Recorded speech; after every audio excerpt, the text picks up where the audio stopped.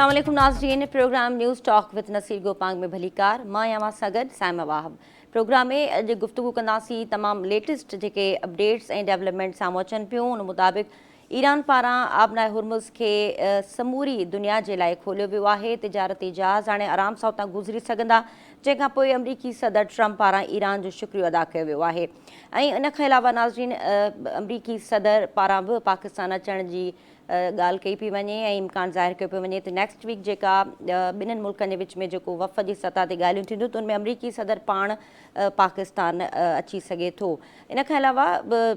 अमरीकी वफ़द जे हवाले सां हिन वक़्तु इस्लामाबाद जे अंदरि जेके सिक्योरिटी इंतज़ाम आहिनि उन्हनि खे तमामु सख़्तु कयो वियो आहे ऐं फ़ौज पुलिस ऐं ज़िले इंतज़ामिया खे हिदायतूं पिणु जारी कयूं वियूं आहिनि। हिन वक़्तु नाज़रीन, ईरान अमरीका जे हवाले सां जेके ॻाल्हियूं आहिनि उहे कंहिं हतमी नतीजे ते पहुचण जा इशारा ॾेई रहियूं आहिनि। लेबनान में 10 ॾींहंनि जी जंगबंदी खां पोइ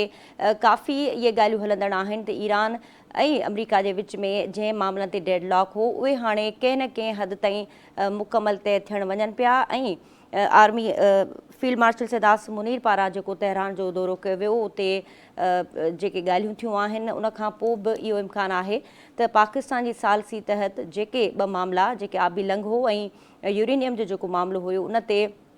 पाकिस्तान जी सालसी तहत कंहिं न कंहिं मामले खे हतमी शक्ल ॾिनी वई आहे। आलमी मंज़रनामो कीअं जुड़णु वञे पियो,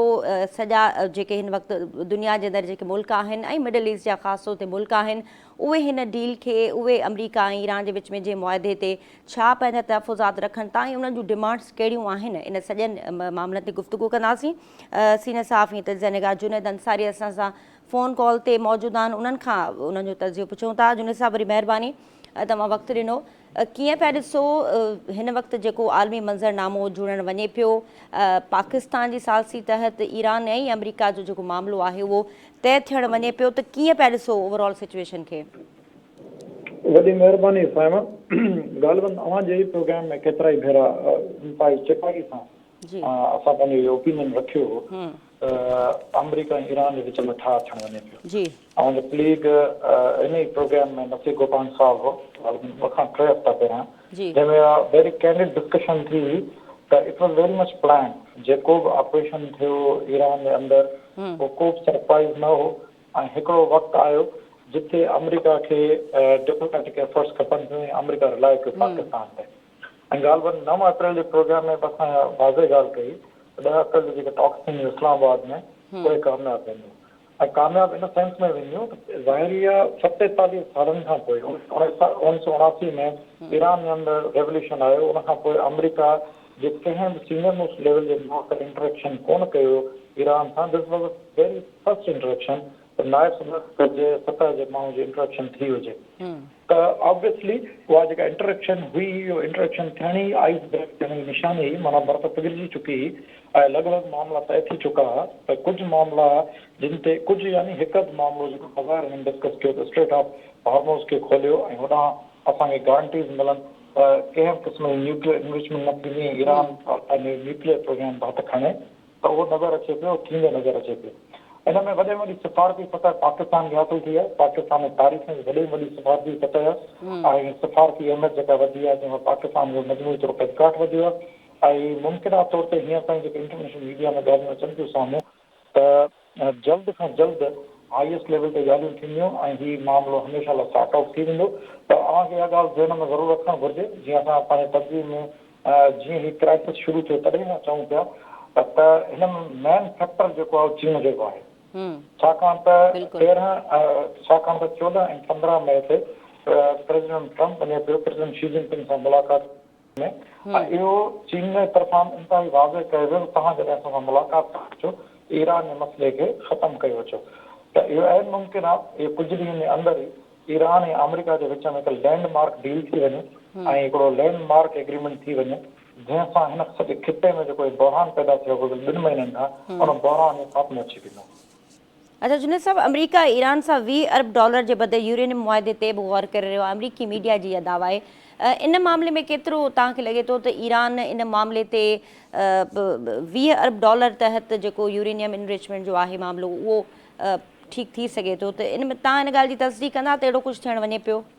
ॾिसो जे मुमकिन आहे, बिल्कुलु इहो मुमकिन आहे, छाकाणि त गुज़िरियल प्रोग्राम में जॾहिं धरती टीवीअ जे दोस्तनि सां असां ॻाल्हि ॿोल कई जी त उन में इहो डिस्कशन थियो त अमेरिका जेको आहे ही ज़ाहिर एतिरियूं वॾियूं ॻाल्हियूं हूंदियूं आहिनि फेज़िस में हलंदियूं आहिनि, हिकदमि न हलंदियूं आहिनि। बिल्कुलु त फेज़िस में एतमाद फज़ीला सभ खां पहिरियां ईरान जेका घुर कई आहे अमेरिका खां त असांजो जेको फ्रीज़ थियल अमाउंट आहे, जेको तव्हां फ्रीज़ कयो आहे मुख़्तलिफ़ मुल्कनि में, त बतौर एतमाद साज़ी जे तौर ते तव्हां असांखे उहो अमाउंट अनफ्रीज़ कयो, पाण जारी करण लाइ असां पाबंदी हटाई वञे। त इहो मुमकिन आहे जेके हींअर ताईं ख़बरूं साम्हूं आयूं आहिनि त ईरान उन्हनि में 27 अरब डॉलर जी घुर कई, अमरीकी उन ते 6 अरब डॉलरनि ते राज़ी थिया, पर इहो मुमकिन आहे त नज़र अचे पियो त किथे 20 अरब डॉलर जे लॻभॻि किथे मामिलो ठही न वञे, मुमकिन तौर ते इन खां रक़म घटि बि थी सघे थी, पर इहा बिल्कुलु हक़ीक़त आहे जॾहिं ईरान न्यूक्लियर डील ते राज़ी थिए थो ऐं ॿुधाए थो, ईरान चवे थो त असां वटि जेके suppose 450 kilogram nuclear enriched nuclear पियो आहे, जेको 60 सैकड़ो इनरिच थियल आहे, असां वटि टे मुल्क जे हवाले कयूं था ऐं उहो कॾहिं वेपन ग्रेड मटीरियल में कन्वर्ट न थींदो त इहा लैंडमार्क डील हूंदी। उन जॾहिं ईरान एॾी वॾी कमिटमेंट कंदो त उन जे बदिले में ईरान जो जेको फ्रीज़ थियल अमाउंट आहे, मुंजमन थियल अमाउंट आहे, जेको बेसिकली ईरान जो पंहिंजो ई अमाउंट आहे, त अमेरिका मुमकिन तौर ते राज़ी थी वेंदो जेको अनफ्रीज़ करण लाइ, त ईरान जीअं उहो अमाउंट पंहिंजे भलाई लाइ इस्तेमालु थी करे सघे। हुन में मुमकिन तौर ते जेका ॿी शइ नज़र अचे थी उहा हीअ आहे, हिकिड़ो फ्रीज़ थियल अमाउंट ई अनफ्रीज़ कंदा, उन सां गॾोगॾु फेज़िस में ग्रेजुअली माना होरियां होरियां मुख़्तलिफ़ मुल्कनि सां जेको ईरान जे मथां पाबंदियूं मड़ियल आहिनि उन्हनि में नरमी थी सघे थी। अच्छा, पाबंदियुनि में नरमी तव्हांखे कीअं थो लॻे, शुरूआती तौर ते जेके पाबंदियूं आहिनि उहे कीअं ख़तमु थींदियूं, ऐं हिकिड़ो ज़ाहिर जेको फ्रेमवर्क सेट थींदो ॿिन्हिनि मुल्कनि विच में मुआइदो थिए थो त कीअं शयूं इम्प्लीमेंट थींदियूं मरहलेवार, तव्हांखे छा थो लॻे शुरूआती तौर ते ईरान खे कहिड़ियूं सहूलियतूं मिलंदियूं ऐं उनमें अमेरिका छा छा ॾियणु वञे पियो ईरान खे? ॾिसो हाणे तव्हां इनखे सम्झण लाइ असांखे जेको इकोनॉमिक डायनामिक्स ईरान जा सम्झणा पवंदा। ईरान वटि कहिड़ी शइ आहे जेका दुनिया सां कारोबार लाइ पंहिंजी इकोनॉमी खे मज़बूत करण लाइ सभ खां वधीक कहिड़ी शइ आहे जेका दुनिया खे ऑफर करे थो, ऑब्वियसली तेल ऐं गैस आहे। तेल ऐं गैस जा हुन दुनिया जे जिन मुल्कनि सां वॾा मुआइदा आहिनि या जिते जिते तेल जी मंडियुनि में ईरान वापारु करे थो, त इहो मुमकिन थी सघे थो त ईरान अमेरिका खां इहे रायतूं घुरे त जिन मुल्कनि ख़ासि तौर ते मुंहिंजो इशारो चाइना ॾांहुं आहे त चीन खे असां जेके तेल सप्लाई कयूं था त असांखे पाबंदियुनि में नरमी करे ॾिनी वञे त जीअं असां तेल सिधी रीति सप्लाई कयूं, छाकाणि त हिन वक़्तु ईरान ते जीअं त पाबंदी आहे त ईरान जो जेको तेल जी सप्लाई आहे उहा मलाइशिया जे थ्रू थींदी आहे। बिल्कुलु अहिड़ी रीति ईरान जेकॾहिं दुनिया मां का शइ घुराईंदो आहे ॿाहिरां त उहे दुबई जे रूट सां घुराईंदो आहे, त अहिड़ी रीति मुमकिन तौर ते ईरान इहा घुर करे सघे थो त असांजे जेके इसेंशियल नीड्स आहिनि, जीअं मिसाल तौर ते अमेरिका राज़ी थी वियो त 6 अरब डॉलर ईरान खे ॾिना वञनि, जीअं हू दवाऊं घुराए सघे या ज़िंदगी ज़रूरतियूं ॿियूं शयूं घुराए सघे, त इहो थी सघे थो। फ़िलहालु एतमाद साज़ी जे तौर ते अमेरिका ईरान खे इहा रायत ॾेई सघे थो त मुमकिन तौर ते मुख़्तलिफ़ मुल्क चूंड मुल्क उन्हनि सां चूंड जेके वापारु ईरान करे सघे, ख़ासि तौर ते दवाउनि जो वापारु थियो या दवाऊं घुराइण थियो या ज़िंदगी ज़रूरत सां जुड़ियल ॿियूं शयूं, उन्हनि में नरमी थी सघे थी, ईरान तां पाबंदी घटिजी सघे थी, त तव्हां हिननि आइटम्स में या हिननि शयुनि जो वापारु असां मुख़्तलिफ़ मुल्कनि सां करे सघूं था। जीअं मुमकिन तौर ते यूरोप जे मुल्कनि सां हींअर ईरान जा सुठा तालुकात आहिनि ऐं स्पेन त फ्रंट ते अची ईरान लाइ इनडायरेक्टली हिकिड़ो हिमायत में हली आयो ऐं यूरोप हिन जंग में इन्वॉल्व न थियो। इहो मुमकिन थी सघे थो यूरोपी मुल्कनि सां इनिशियली कुझु पाबंदियुनि में नरमी थी सघे थी। अच्छा जुनेद साहब, तव्हां कीअं था ॾिसो लबनान ऐं इसराइल जे विच में जेका 10 ॾींहंनि जी जंगबंदी थी आहे, कहिड़ी शर्तुनि ते इहा जंगबंदी थी हूंदी? जुनेद साहब, तव्हां मूंखे ॿुधी सघो पिया? जी जी जी जी जी जी जी जी हीअ जेका जंगबंदी थी आहे लबनान ऐं इसराइल जे विच में, इहा कहिड़ियुनि शर्तुनि ते थी हूंदी? ॾिसो, लेबनान जो मामिलो हिकिड़ो इंटायरली डिफरेंट मामिलो आहे। ऐं लेबनान जे मामले में हीअं आहे त लेबनान जी टोटल 11,000 स्क्वायर किलोमीटर एरिया आहे, उन में जेको सदरन पार्ट आहे उहो त लिटानी हिकिड़ो रिवर आहे ऐं लिटानी रिवर ते पुराणी जेका आहे इसराइल जा कुझु स्ट्रेटेजिक डिज़ाइन आहिनि त लिटानी रिवर मां असांखे पाणी सप्लाई थींदी आहे जंहिंसां हुननि जी एग्रो बेस्ड इकोनॉमी हले थी ऐं उहो हुन वाटरवेज जे थ्रू हुननि जी हिकिड़ो पूरो इकोनॉमिक सिक्योरिटी जो ज़ामिन आहे। त हू उन ते इसराइल जी पुराणी अख आहे त असां उन्हनि खे बाउंड्री खे अॻिते वधायूं ऐं स्ट्रेस खे कंट्रोल हासिल कयूं। मुमकिन आहे तौर ते वॾे में वॾी, छाकाणि त हिन वक़्तु जेके उते हुकुमरान तबिको वेठो आहे उन हुकुमरान तबिके सां त मुंहिंजे ख़्याल में इसराइल जा मुमकिन आहे तौर ते बहितर तालुकात आहिनि बेनस्बत हिज़बुल्लाह जे। हिज़बुल्लाह हिकु प्रेशर ग्रुप आहे। हींअर जेको वॾे में वॾो मेजर मसइलो आहे इसराइल लाइ उहो इहो आहे त हिज़बुल्लाह जी सूरत में उतां जेको हिननि खे वॾे रिटालिएशन अचे थी, चैलेंज अचे थो त लेबनान उन चैलेंज खे घटाए ऐं हुननि जे लाइ थ्रेट न बणिजे। ॿिए पासे लेबनान इहो ज़रूरु चाहींदो इसराइल हिकु माना वॾे पैमाने जेका तबाही कई आहे मुस्तक़िल तौर ते लेबनान में तबाही कंदो रहियो आहे त घटि में घटि इन शइ जी गारंटी मिले 1983 खां पोइ, छाकाणि त तव्हांखे इहा ॻाल्हि यादि रखणु खपे त 1983 खां वठी करे इसराइल लेबनान में इन लेवल जूं हाई लेवल जूं टॉक्स न थियूं आहिनि। त लेबनान चाहींदो त असांखे इंटरनेशनल गारंटियूं मिलनि त आईंदा इसराइल कॾहिं बि लेबनान ते अटैक न कंदो ऐं लेबनान जे लाइ ख़तरे जो सबबु न बणिजंदो। छाजे करे इसराइल वॾे पैमाने ते क़त्लेआम कयो आहे बेरूत में, लेबनान में, ख़ासि तौर ते लेबनान जे ॾाखिनि इलाइक़नि में, जंहिंजे करे उते हमेशह ह्यूमैनिटेरियन क्राइसिस पैदा थींदो रहियो आहे। पर जुनैद साहब, हिते हिज़बुल्लाह त इहो चवे पियो त असां कॾहिं बि हथियार फिटा कोन कंदासीं, त पोइ इहा स्टेटमेंट केतिरी अहम आहे? तोड़े जो जंगबंदी 10 ॾींहंनि जी आहे, पर अगरि हिज़बुल्लाह खे डिसाम करण जी ॻाल्हि थिए पई त उन जे लाइ ईरान पारां को तव्हांखे लॻे थो त को उनखे बि सम्झायो वेंदो हिज़बुल्लाह जेको आहे उहो पंहिंजा हथियार फिटा कंदो मुस्तक़बिल में? ॾिसो, पॉसिबिलिटी बिल्कुलु आहे हिज़बुल्लाह हथियार फिटा करे सघे थो, पर उहो ग्रेजुअली, ईअं न थींदो त रातो राति हिज़बुल्लाह पंहिंजे माना उन पोज़ीशन तां हटी वेंदो, छाकाणि हीअ शइ टोटली जुड़ियल आहे ईरान सां। हाणे जॾहिं ईरान ऐं अमेरिका जो ठाह थिए वेठो, जॾहिं ईरान इन ई मामले ते टेबल तां उथी वियो त असांखे इहा गारंटी ॾिनी वञे त लेबनान ते अटैक न थींदो। ऐं जॾहिं लेबनान जो सीज़ फायर थियो उन खां पोइ अॼु ईरानियन फॉरेन मिनिस्टर चयो आहे त असां स्ट्रेट ऑफ हॉर्मोज़ खोलियूं था ऐं असांखे फ्री थियल पैसा वापसि ॾियणा वञनि। त इहा हिकिड़ी लड़ी जुड़ियल आहे। हिज़बुल्लाह तव्हां सम्झो न, हिज़बुल्लाह अकेले सिर त ऑपरेट न पई करे, हिज़बुल्लाह जी जेका सॼी ताक़त हुई, हथियारनि जी ताक़त हुजे, पैसे जी ताक़त हुजे, उहा सॼी ईरान हुई। जेकॾहिं ईरान बैकफुट ते वञे थो हिकिड़े वॾे प्लान त अमेरिका सां ठहे थो ऐं उन में जेकॾहिं हिकिड़ो माइक्रो प्लान इहो आहे त लेबनान में जंगबंदी हूंदी, उते अमन हूंदो, त उहो सीज़ फायर अॻिते वधी सघे थो। हिज़बुल्लाह वक़्ती तौर ते बैकफुट ते अची सघे थो ऐं हिज़बुल्लाह छो त उते लोकलाइज़ हिकिड़ो फैक्टर आहे जंहिंखे वॾे पैमाने ते ईरान जी सपोर्ट मिली आहे। जेकॾहिं ईरान उन पॉलिसी खां थोरो ड्रिफ्ट थिए थो, परे थिए थो, पासीरो थिए थो, त उनजो ऑब्जेक्ट इम्पैक्ट हिज़बुल्लाह ते पवंदो। बाक़ी जॾहिं टॉक्स थींदा आहिनि उन में हिक ॿिए लाइ प्रेशर टैक्टिक्स हूंदा आहिनि ऐं इहे बयान ॾिबा आहिनि त असां पोइ हिते न हटंदासीं, पर जेॾी महिल टेबल ते वेहबो आहे त उन वक़्तु पॉसिबिलिटीज़ ते ॻाल्हाए वेंदो आहे त कहिड़ियूं पॉसिबिलिटीज़ आहिनि जेके हर स्टेक होल्डर जे फेवर में आहिनि या उनजे मुखालफ़त में आहिनि। त इहो मुमकिन नज़र अचे थो जेकॾहिं ईरान जो मामिलो सॉर्ट आउट थिए थो त हिज़बुल्लाह बि पोइ ते हटी सघे थी। अच्छा जुनैद साहब, हमास ते बि पोइ इहो ई फार्मूलो इम्प्लीमेंट थींदो? गज़ा जे अंदरि जेका सूरतहाल आहे उहा बि सॉर्ट आउट थी वेंदी ईरान ऐं अमेरिका में मामिलो तइ थिए थो त? ॾिसो, तव्हांखे हिनखे सॼी 2023 अक्टूबर खां वठी हिन सिनेरियो खे सम्झणो पवंदो। हमास जी ताक़त हिज़बुल्लाह जी ताक़त ईरान आहे। जी बिल्कुलु। ऐं जेकॾहिं हाणे ईरान सां डायरेक्टली वेड़ थी आहे, जेका हिन जदीद मॉडर्न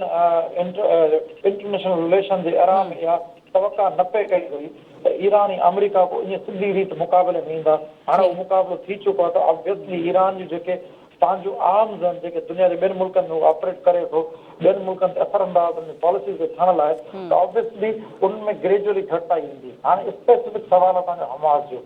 त हमास हिकिड़ो मिलिटरी हुते हमास पंहिंजी वजूद जी वेड़ विढ़नि वेठा ऐं उन वजूद जी वेड़ जी विढ़ण लाइ हुननि खे जेका सपोर्ट आहे हर क़िस्म जी, उहा त वॾे पैमाने ते ऑब्वियस फैक्ट आहे, उहा ईरान वटां अचे थी। हाणे जेकॾहिं हिज़बुल्लाह सां मामला तइ थी थो वञे ऐं हिकु ब्रॉडर पर्सपेक्टिव में ईरान सां मामिलो तइ थिए थो त इहो मुमकिन आहे, इहो हिकिड़ो दरवाज़ो खोले वेठो त थी सघे थो मुमकिना तौर ते अॻिते हली करे हमास ऐं गज़ा वारे मामले ते के मैच्योर ॻाल्हियूं थियनि ऐं को रस्तो निकिरे। पर इहा हिकिड़ी हक़ीक़त आहे अॼु जे तारीख़ में इंसानी जो जेको वॾे वॾो क़त्लेआम इसराइल कयो आहे, गज़ा में कयो आहे, हाणे एॾे वॾे इंसानी क़त्लेआम खां पोइ जिते मासूम ॿारनि ऐं औरतुनि समेत 70,000 खां वधीक शहादतूं थियूं हुजनि, आख़िर उहे कीअं कहिड़े तरीक़े सां उन एॾे वॾे क्राइसिस मां निकिरी ऐं हमास निकिरंदो ऐं उनखे जस्टिफाई कंदा ऐं माना कंहिं ठाह जे तरफ़ ईंदा, इहो तमामु ॾुखियो आहे। छाकाणि त क़त्लेआम को पुराणो न आहे चली ताज़ो क़त्लेआम थियल आहे त एॾो जल्दी थींदे नज़र न पियो अचे मे बि थी सघे थो ईरान जो थी वञे हिज़बुल्लाह ते कुझु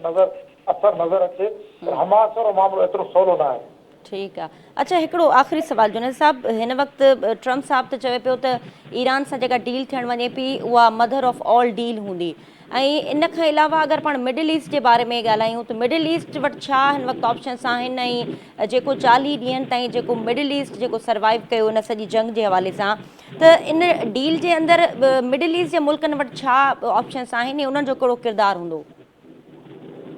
ॾिसो बिल्कुलु ट्रम्प साहब सही थो चए मदर ऑफ ऑल डील तव्हां गुज़िरियल 50 साल जी तारीख़ खणो 47 साल 1979 खां वठी 2026 ताईं त मिडिल ईस्ट में सभिनी खां जेको वॾो बहरान रहियो आहे उहो ईरान रहियो ईरान जे करे रहियो आहे या ईरान सां रहियो आहे छो जेके वेस्टर्न पावर जेके बि आहिनि यूरोप में जेके वॾियूं ताक़तूं आहिनि अमेरिका बतौर सुपर पावर उहे हमेशह ईरान लाइ चैलेंज बणियल रहिया आहिनि ऐं जेकॾहिं हींअर वंस फॉर ऑल सेटलमेंट थिए थी ऐं डायरेक्शन तय थी वञे त या ठीकु आहे जुनैद अंसारी साहब वॾी महिरबानी तव्हां वक़्तु ॾिनो नाज़िन जुनैद अंसारी सीनियर साहब तज़निगार असां सां गॾु हुआ ऐं ईरान ऐं अमरीका जी जंगबंदी जे हवाले सां जेका ईंदड़ हफ़्ते हिकु भेरो ॿीहर ॻाल्हियुनि जो जेको दौरु आहे उहो शुरू थियणु वञे पियो मजमूई सूरत हाल ते गुफ़्तगू तव्हां ॿुधी नाज़िन प्रोग्राम जो सिलसिलो जारी आहे हिते मुख़्तसिर ब्रेक वठूं था असां सां गॾु रहिजो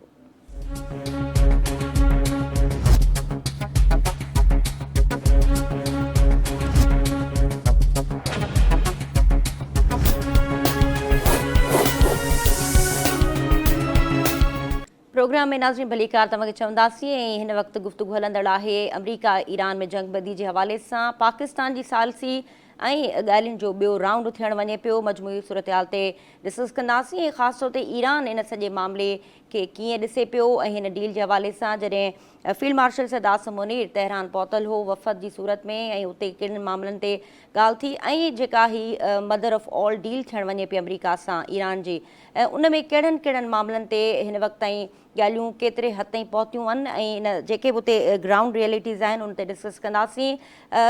ईरान जे गादी वारे हंधि तेहरान खां असांखे तजिया निगार ज्वाइन कयो आहे अज़ीम सब्ज़वारी साहब असां सां गॾु हींअर मौजूद आहिनि अज़ीम साहब बहुत शुक्रिया आपने वक्त दिया ईरान और अमेरिका की जो डील होने वाली है और जो टॉक्स का सेकंड राउंड है वो इस्लामाबाद में होने जा रहा है अब तो ये भी कहा जा रहा है कि अमेरिकी सदर ट्रंप भी इस्लामाबाद आने के लिए एक्सपेक्टेड हैं तो ओवरऑल सिचुएशन कैसे देख रहे हैं और ईरान में इस वक्त क्या सूरत हाल है इस वक्त और डील के हवाले से क्या पेशगोइयाँ हो रही हैं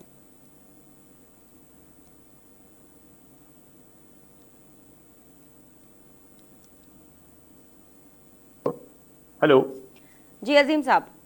हेलो हेलो जी अजीम साहब मैं जी मेरी आवाज़ आ रही है जी बिल्कुल आ रही है आपका सवाल के हवाले से मैं अर्ज करना चाहूँगा कि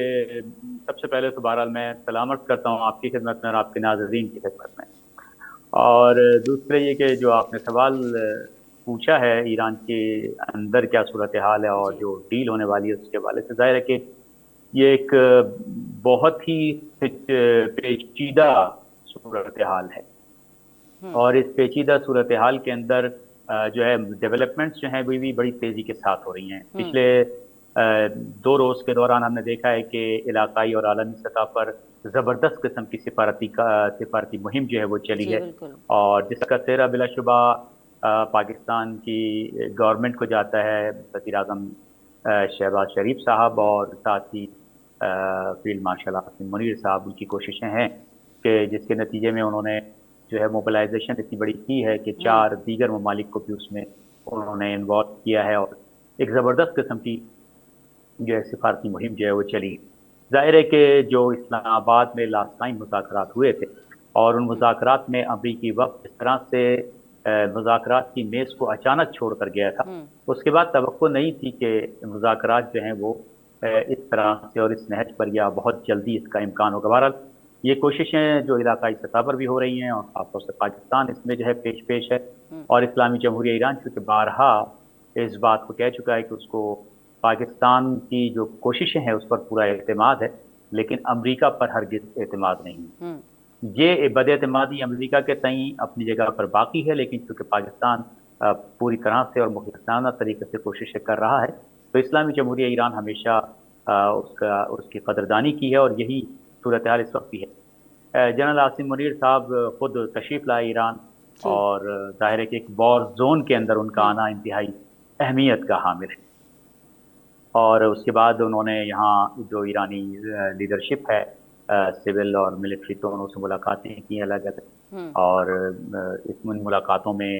جنگ بندی کے حوالے سے اور اس کے حوالے سے بہت اچھا ڈسکشن ہوا, اور اسی کا نتیجہ ہے کہ آپ جو ہے لبنان جو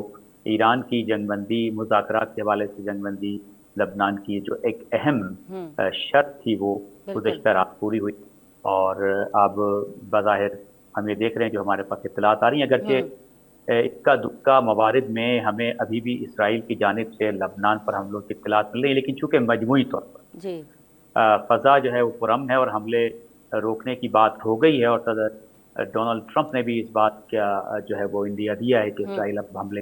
نہیں کر رہا اور نہیں کرے گا. تو اسلامی جمہوریہ ایران نے بھی اس کا خیر مقدم کیا ہے تاکہ سفارتکاری کو جو ہے وہ پیسج مل سکے. اگرچہ امریکہ کے بارے میں جو ہماری جو تجربہ ہے ایران کا وہ پوری طرح سے اس بات کا گواہ ہے کہ امریکہ اور اسرائیل دونوں نہ تو کسی عالمی قانون ضابطے اور سفارتکاری کے پابند ہیں اور نہ ہی ان سے اس کی توقع کی جا سکتی ہے. ٹھیک ہے. اچھا عظیم صاحب, اس وقت آپ تہران میں موجود ہیں اور جو ڈیلیگیشن ہے وہ کمنگ ویک جو ہے وہ راؤنڈ 2 ہونے والا ہے, تو امریکی صدر بھی آنے کے لیے تیار ہیں اور وہ چاہ رہے ہیں کہ وہ آئیں, اور جو مدر آف آل ڈیل ہونے والی ہے اس میں وہ خود آنا چاہ رہے ہیں. تو اس وقت تہران کے حوالے سے بھی ہمیں بتائے گا, اور امریکہ کے حوالے سے آپ کیا سمجھتے ہیں کہ کیا سوٹ کیا ہوگا امریکہ کو, کیا وہ ڈیل کرنے کے لیے دے رہے ہیں ایران کو, اور جو ایٹمی پروگرام ہے اس پہ آپ کو کیا لگتا ہے کہ کیا دونوں فریقین کی طرف سے کس بات پہ اتفاق ہوا ہوگا انریچمنٹ کے معاملے پہ؟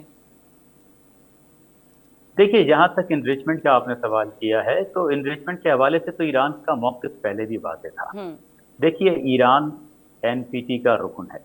ٹھیک ہے, اور این پی ٹی کے ایک رکن کی حیثیت سے پرامن مقاصد کے لیے یورینیم انرچ کرنا اس کا حق ہے. بالکل. لہذا اگر امریکہ یہ مطالبہ کرتا ہے کہ جناب آپ انریچمنٹ جو ہے اس کو جو ہے وہ رول بیک کر دیں, تو یہ آپ ایک اقوام متحدہ کے ایک خود مختار ادارے کے ایک خود مختار رکن کو اس کے ذاتی اور بنیادی حق سے محروم کرنے کی کوشش کر رہے ہیں. تو اس کو تو ایران بہرحال کسی حد تک قبول نہیں کرے گا, کسی طور بھی قبول نہیں کرے گا. لیکن ایران یہ واضح کر چکا ہے کہ ہم یورینیم کی انریچمنٹ کے جو سطح ہے, جو اس کا لیول, اس پر بات چیت کرنے کے لیے تیار ہے. ظاہر ہے کہ امریکیوں کی یہ جو شرائط ہیں وہ انتہائی قسم کی ہمیشہ سے نامعقول رہی ہیں, اور تقریباً ہر مذاکرات میں انہوں نے اس طرح کی شرائط جو ہیں وہ عائد کی. وہ یہ بھی پروپیگنڈا کرتے ہیں کہ ایران ایٹم بم بنانے کی کوشش کر رہا ہے, جبکہ ایران واضح طور پر پچھلے کم سے کم 30 برس سے تو اس بات کا اعلان کر رہا ہے کہ ہم ایٹم بم یا ویپن آف ماس ڈسٹرکشن بنانے کے قائل نہیں ہے, اور ہمارا دین اور ہمارا مذہب ہمیں اس بات کی اجازت نہیں دیتا کہ ہم عام تباہی پھیلانے والے ہتھیار تیار کریں, انہیں رکھیں یا ان کا استعمال کریں. جبکہ امریکہ اس کو استعمال کر چکا ہے. دوسری عالمی جنگ اس بات کی گواہ ہے کہ امریکہ نے عام تباہی پھیلانے والے ہتھیار استعمال کیے, اور غزہ کی جنگ اس بات کی گواہ ہے کہ غاصب صہیونی حکومت نے اس پورے 2.5 سال کے غزہ کی جو بمبارڈمنٹ تھی, جس کارپیٹ بمباری بھی انہوں نے کی, انہوں نے ممنوع ہتھیار بھی استعمال کیے جن میں فاسفورس بموں کا بھی استعمال. ایسی صورتحال میں ہوتے ہوئے ایران سے یہ مطالبہ کرنا کہ جس کے پاس ایٹم بم ہے ہی نہیں کہ وہ ایٹم بم نہیں بنائے گا, اور اس سے یہ ایشورنس طلب کرنا, میں سمجھتا ہوں کہ انتہائی جو ہے وہ غیر منطقی مطالبہ ہے. اور ایران جبکہ واضح بھی کر چکا ہے کہ اس کے پاس اس کے رہبر کا فتویٰ موجود ہے کہ وہ ایٹمی ہتھیار نہیں بنائے. تو ایسی صورتحال میں نہیں سمجھتا کہ امریکی جو مطالبات ہیں ان میں کوئی اتنی منطقی جان ہے کہ وہ ایران سے پریشر کر سکتے. وہ صرف ایک پریشر ٹیکنیک کے طور پر ہمیشہ عالمی سطح پر یوز کرتے رہے ہیں اس کو, لیکن اب تو عالمی سطح پر چونکہ امریکہ اور اسرائیل دونوں آئسولیشن کا شکار ہیں, میں سمجھتا ہوں کہ کیونکہ یورپ کی بھی حمایت ان کو حاصل نہیں ہے, اسلامی دنیا بھی اب जो ममालिक गाहे बगाहे कभी कभी उनकी हिमायत किया करते थे इस मामले में, अब वो भी किनारे हो गए हैं और उन्होंने भी अमेरिका का साथ छोड़ने का फैसला कर लिया। तो मैं समझता हूँ कि ये मुतालबा तो उनका बहुत ज़्यादा जो है वो ईरान को दबाव में या प्रेशर में नहीं ले सकेगा। लिहाजा अच्छा, हाँ, अलबत्ता यूरेनियम की एनरिचमेंट की जो सतह है उस पर बातचीत उसको हो सकती उसको है कम कर सकते हैं। और एक ठीक। उसको कम किया जा सकता है। अजीम साहब, इस हवाले से भी हमें बताएगा कि मिडिल ईस्ट के जो ममालिक हैं, इस डील में आप उनको कहाँ देख रहे हैं, और अगर हम पोस्ट ईरान वार की सिचुएशन को देखें तो क्या लग रहा है मिडिल ईस्ट के अंदर, क्या सूरत आप देख रहे हैं मुस्तकबिल में, जब ईरान एक उभरती हुई नई ताकत के तौर पर वो दुनिया के सामने अब आ रहा है, तो मिडिल ईस्ट के ममालिक का क्या रोल है आफ्टर जब ये डील हो जाती है, तो उन ममालिक का इनपुट क्या होगा इस डील के अंदर? देखिए, ये डिपेंड करता है कि ये ममालिक हैं वो किस हद तक अपने आप को अमेरिका और मगरिब की वाबस्तगी से छुड़ा सकते हैं। ठीक है। जो सूरत हाल इस वक्त पेश आई है मगरबी एशिया के खत्ते के अंदर, उसकी बुनियादी वजह यही थी कि इन ममालिक ने हद से ज्यादा अपने आप को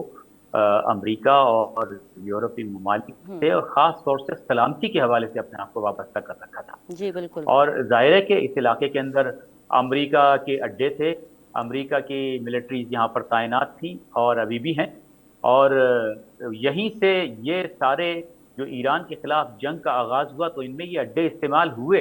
अगरचे जंग से पहले इन ममालिक ने बाज़ाब्ता तौर पर ईरान को ये एश्योरेंस दी थी कि हम अपनी सरजमीन आपके खिलाफ इस्तेमाल नहीं होने देंगे, लेकिन क्या भला अमेरिका और साहियोनी हुकूमत जैसे जो हुकूमत है नाजायज, उससे ये तवक्को की जा सकती है कि वो किसी कानून, ज़ाब्ते या आपकी ख्वाहिश के पाबंद होंगे, जबकि वो ये समझते हैं कि आपकी हुकूमतें हमारे बलबूते पर खड़ी हैं और अगर हम आपकी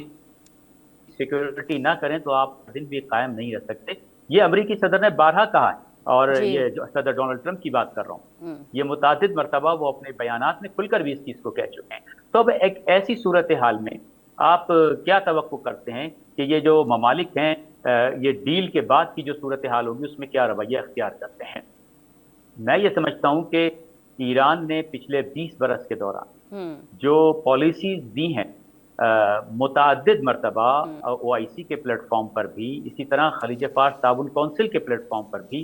अरब लीग के प्लेटफॉर्म पर भी, और खुद जो दो तरफा मीटिंग्स ईरान की सिक्योरिटी के लिहाज से, यानी सिक्योरिटी की सतह पर और सियासी सतह पर इन ममालिक के साथ होती रही हैं, तो ये थी कि आइए हम खित्ते की सिक्योरिटी को मिलकर जो है वो बनाते हैं। हम बाहर की जो ताकतें हैं, जो बैरूनी ताकतें हैं जो इस इलाके के अंदर, जिनको हमने सिक्योरिटी के नाम पर मुदाखलत का मौका फराहम कर रखा है, उनको इस खित्ते से बाहर निकालें। हम मिलकर इस इलाके की सलामती को यकीनी बना सकते हैं। ईरान की जो पूरी तारीख है, कम से कम पिछले 200-300 साल की तारीख में हम अगर देखें तो ईरान हमेशा जारहियत का शिकार बना है, लेकिन उसने कभी किसी मुल्क के खिलाफ जारहियत नहीं की और उसके जारहाना अज़ाइम भी नहीं है। ईरान मुसलसल इस बात की एश्योरेंस और गारंटी भी देने के लिए तैयार है इस खित्ते के ममालिक को कि हम आका आपस में एक दूसरे के साथ ये मुआहदा कर सकते हैं कि हम एक दूसरे के ऊपर हमला नहीं करेंगे। और हत्ता ईरान तो ये भी पेशकश कर चुका है कि अगर आप ये समझते हैं कि आपको सलामती की जरूरत है तो हम आपकी सलामती का तहफ़्फ़ुज़ करने के लिए तैयार हैं। यानी ईरान के मुसल्लह अफ़वाज कैपेबल हैं, वो आपको सलामती से बचा सकती हैं। और अब मौजूदा जंग ने तो ये बात साबित कर दी कि अमेरिका तो अपने अड्डों का भी इस इलाके में दिफा नहीं कर सकता, तो वो इन ममालिक का कैसे दिफा करेगा कि जिन ममालिक में ये अड्डे कायम है। और ईरान की कैपेबिलिटी बहरहाल काफ़ी है, ठीक है, जो है वो सामने आ चुकी हैं मिलिट्री के हवाले से, साइंस और टेक्नोलॉजी के हवाले से, कि जो अब तक ईरान ने शो नहीं की। जी अच्छा अजीम साहब, जिस तरह पाकिस्तान की सफारतकारी आप देख रहे हैं, पूरी दुनिया उसको उनकी तारीफ भी कर रही है, और जिस तरह बैलेंस हमने इस पॉलिसी को देखा इस जंग के दौरान, तो आपको मुस्तकबिल में अब क्या लग रहा है? ये डील होने जा रही है और पाकिस्तान का इसमें बहुत बड़ा किरदार है दोनों ममालिक के साथ साथ, तो जिस तरह पाकिस्तान की डिफेंस डील है सऊदी अरब के साथ भी और हम ईरान के साथ भी इंगेज हैं, तो पाकिस्तान के लिए क्या मुस्तकबिल में अपॉर्चुनिटीज़ हैं? क्या ऑप्शंस हैं और क्या चैलेंजेस हैं, क्योंकि अब पाकिस्तान भी दुनिया के बहुत सारे ममालिक की तरह अपने आप को मनवा चुका है सिफारतकारी के लिहाज से। तो पाकिस्तान के लिए आने वाले वक्त में जब ये डील हो जाती है तो क्या चैलेंजेस हैं और क्या अपॉर्चुनिटीज़ हैं?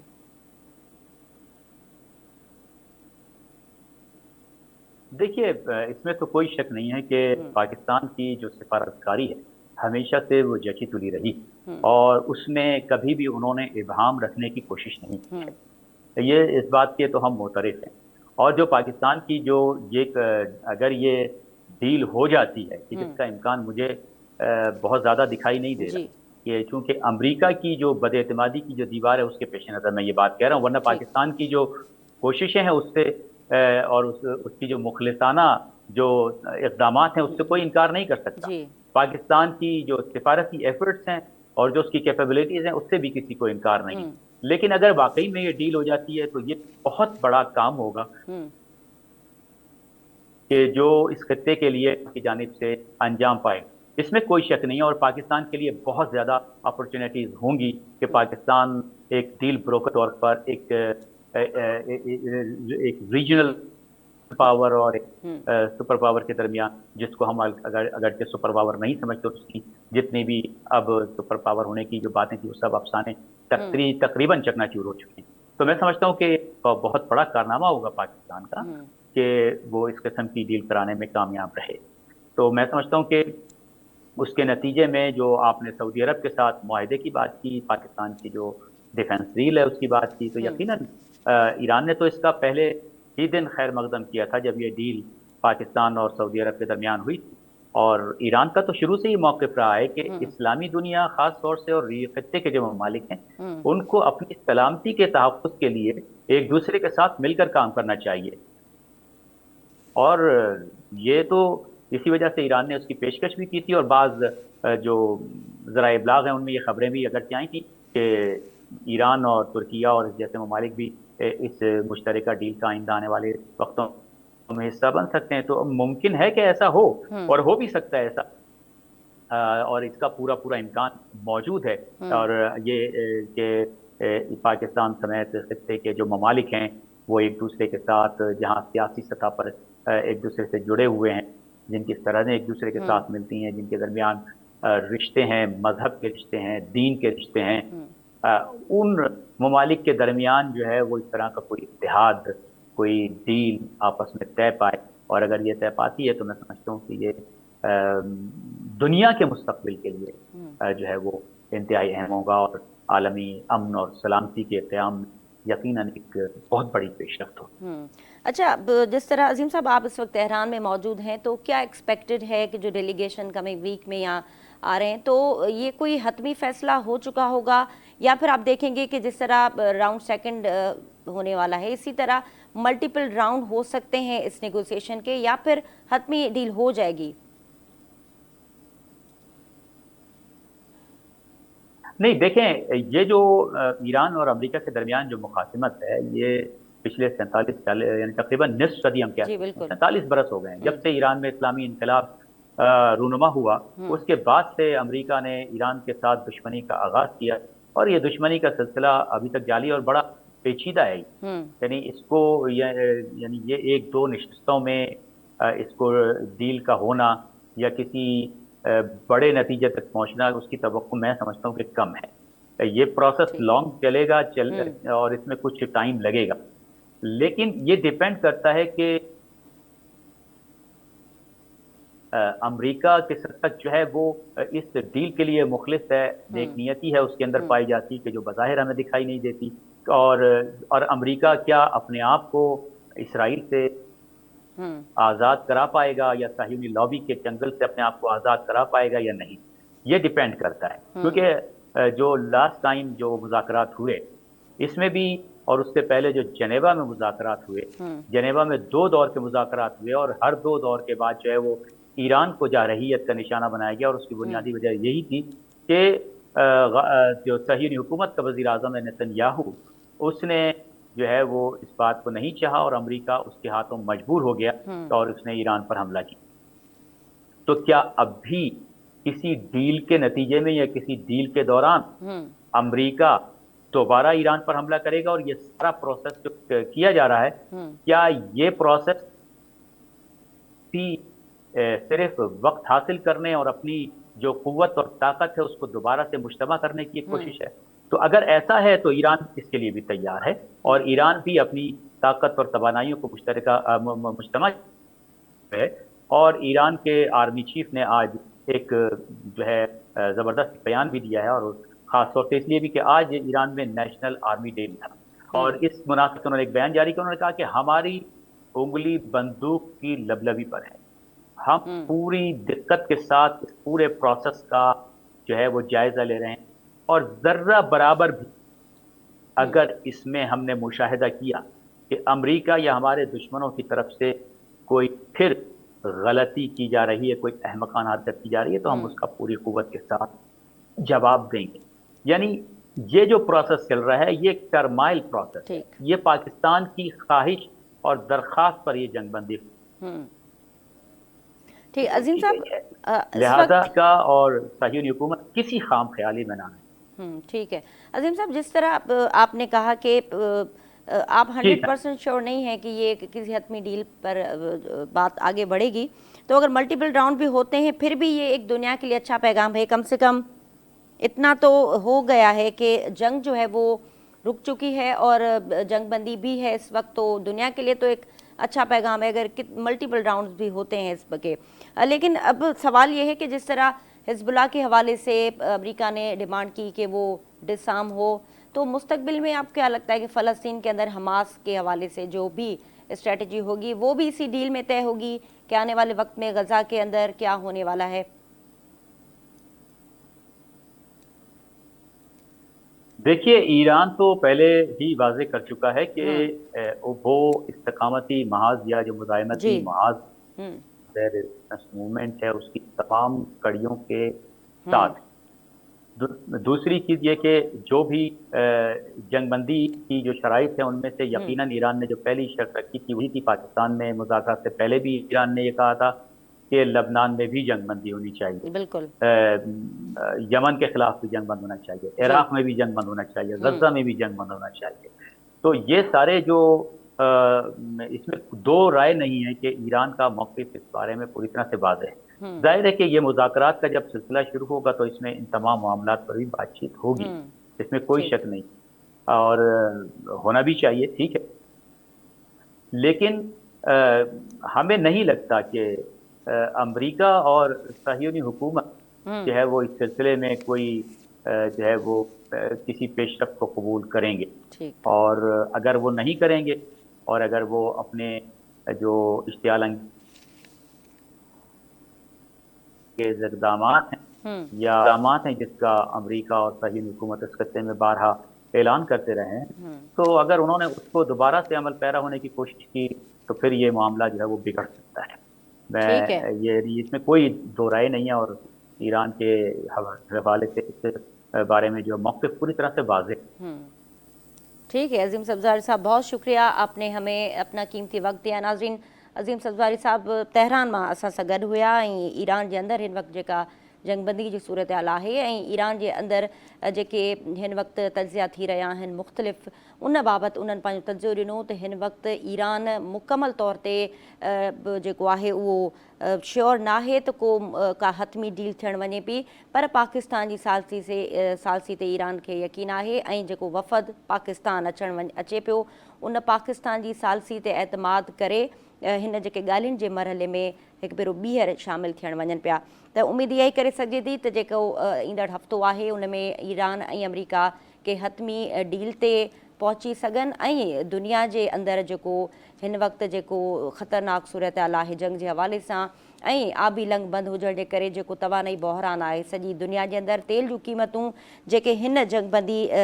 खां पोइ असां ॾिठो त जीअं आबी लंग अॼु खोलण जो ऐलान कयो वियो ईरान पारां, जेका पोइ आलमी जेके तेल जूं क़ीमतूं आहिनि उन्हनि में घटिताई ॾिठी वई आहे। त उमेदु इहा ई ज़ाहिर करे सघिजे थी त दुनिया जे अंदरि अमुन थी वञे ऐं हीअ ॿई धुरियूं कंहिं न कंहिं नतीजे ते पहुचनि त जीअं दुनिया जे अंदरि जेके बि मुल्क हिन वक़्तु हिन जंग जे हवाले सां सूरत हाल खे मुंहुं ॾियनि पिया उन्हनि खे रिलीफ मिली सघे। नाज़रीन, प्रोग्राम तव्हां ॾिठो, इन ते ई वक़्तु पंहिंजो पुॼाणी ते पहुतो, ॾींदा इजाज़त, अल्लाह हाफ़िज़।